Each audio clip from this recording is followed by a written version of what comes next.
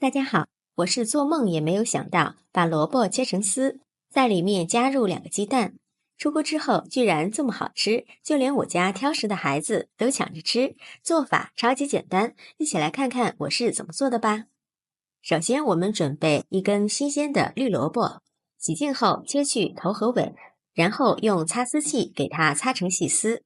俗话说，秋天的萝卜赛人参，由此可见，秋天的萝卜营养价值非常的高。这个季节要多给家人吃一些，尤其是老人和孩子们更应该多吃一些，对身体非常的有好处。擦好之后，先放一旁备用。准备1根孩子爱吃的火腿肠，先给它切成片，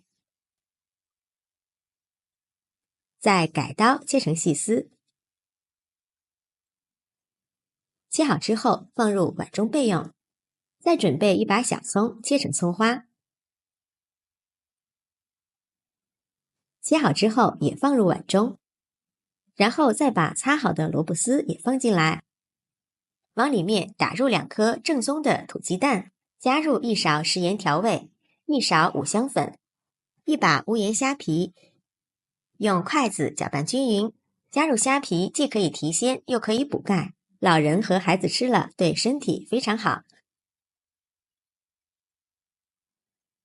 然后再往里面加入1勺面粉，面粉也不需要加的太多，主要起到粘合的作用，可以少量多次的添加。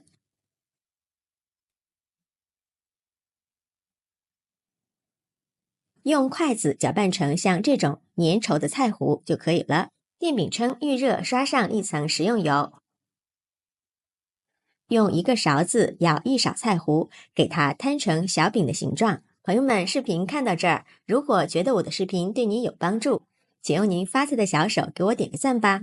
制作视频不易，您的每一个留言和每一个点赞都是我前进的动力，感谢您的支持。全部放好之后，在小饼上面撒上1层白芝麻，这样吃起来会更香。然后盖上盖子，开小火，先烙上2分钟。烙至底部金黄之后，给它翻面，烙另一面，闻起来好香呀。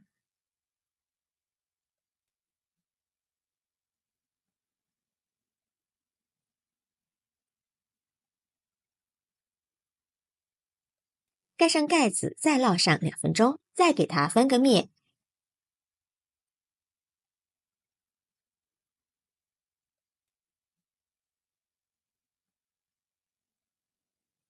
烙至像这样2面金黄熟透就可以出锅了，全程大概需要烙5分钟左右，放入盘子里就可以给家人美美的开吃了。